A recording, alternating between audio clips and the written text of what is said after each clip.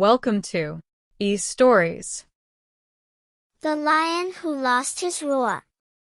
Once upon a time, in the wide, sunny plains of Africa, there was a big, strong lion named Leo.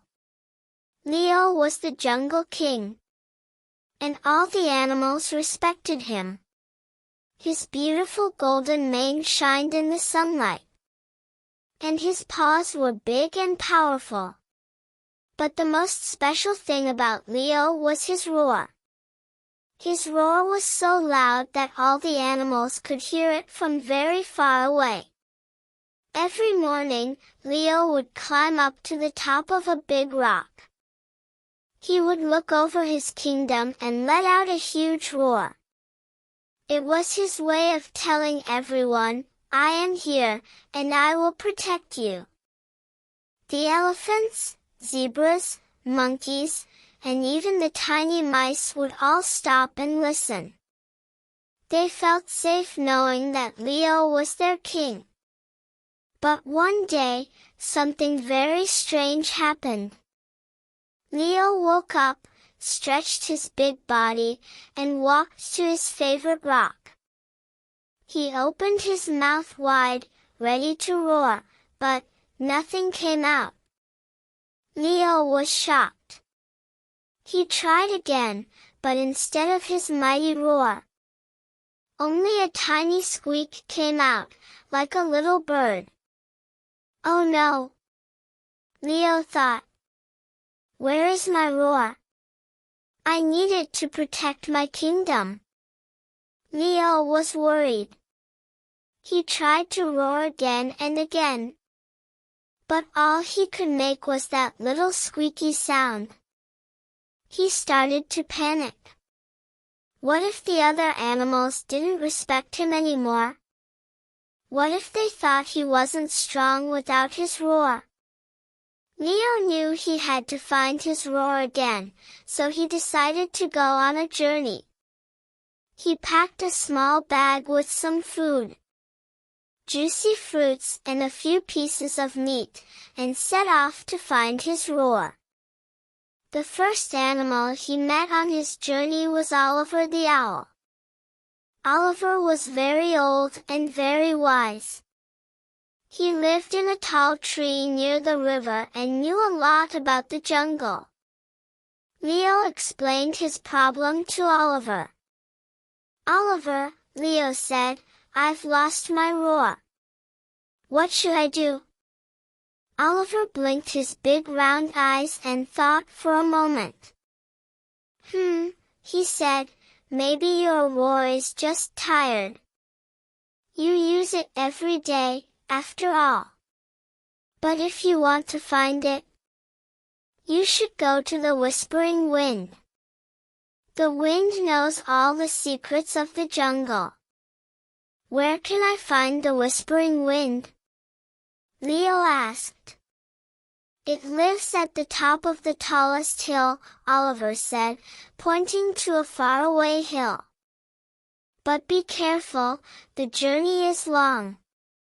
Leo thanked Oliver and started walking toward the tallest hill. The path was not easy. He had to climb over big rocks, walk through thick bushes, and cross rivers. Even though it was hard, Leo didn't give up. He knew that he had to find his roar to protect his kingdom. After a long and tiring day, Leo finally reached the top of the hill. The wind was blowing softly, and Leo could hear it whispering around him. It was quiet and gentle, like a secret being told. "Oh, whispering wind," Leo called.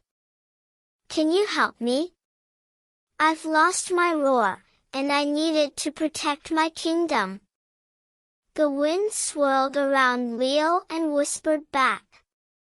"Your roar comes from your heart, brave Leo. It is not just about making a loud sound. It is about believing in yourself. You don't need to roar to be a great king. Your kindness and courage make you strong." Leo thought about what the wind said. He had always believed that being a king meant being strong and loud. But maybe being a good king was about more than just his roar. Maybe the whispering wind was right. His courage and kindness were just as important. Feeling a little better, Leo decided to head back home. On the way, he saw a group of gazelles. They were standing near a dangerous part of the jungle where the hyenas lived. The hyenas were getting closer and looked ready to attack the gazelles. Without thinking, Leo ran to help the gazelles. He stood tall and brave in front of them, even though he couldn't roar. The hyenas saw Leo and stopped in their tracks. They knew Leo was the king of the jungle. And even without his roar, they didn't want to fight him. Slowly, the hyenas backed away and disappeared into the shadows. The gazelles were so thankful. "Thank you, Leo," they said. "You saved us." At that moment, Leo realized something very important. He didn't need his roar to be a good king. He had protected the gazelles with his bravery, not with his voice. His actions were more important than how loud he could roar. When Leo returned home, all the animals came to greet him. They had heard how he saved the gazelles, and they were proud of their king. Leo stood on his big rock, ready to talk to them. He opened his mouth, and suddenly, roar! Out came the loudest, most powerful roar Leo had ever made. The ground shook, and the birds flew high into the sky. His roar was back, stronger than ever. But now, Leo knew that being a great king wasn't just about having a loud roar. It was about being brave, kind, and caring for others.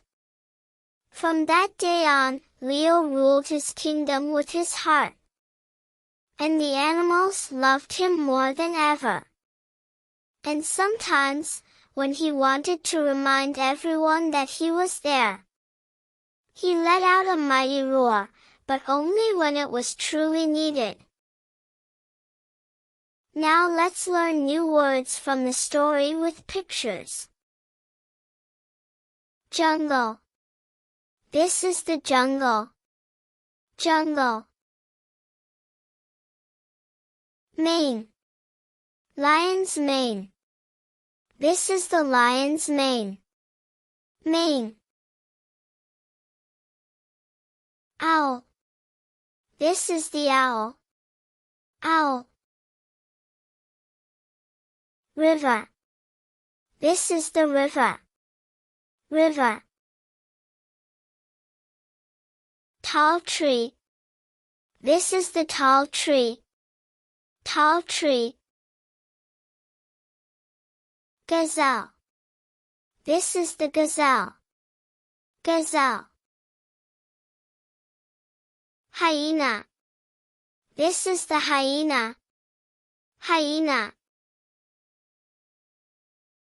What do you think was the most important lesson Leo learned in the story? Who was your favorite character in the story? Was it Leo, Oliver the Owl, or someone else? What would you do to help Leo if you were one of the animals in his kingdom? Do you think Leo needed his roar to be a great king, or was there something else that made him strong? Share your thoughts. What part of the story did you enjoy the most? Thanks for watching. I hope you enjoyed Leo's story. Don't forget to leave your answers to the questions in the comments below. I'd love to hear what you think.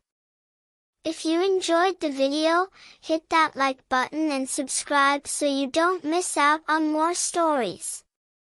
I appreciate your support. See you soon.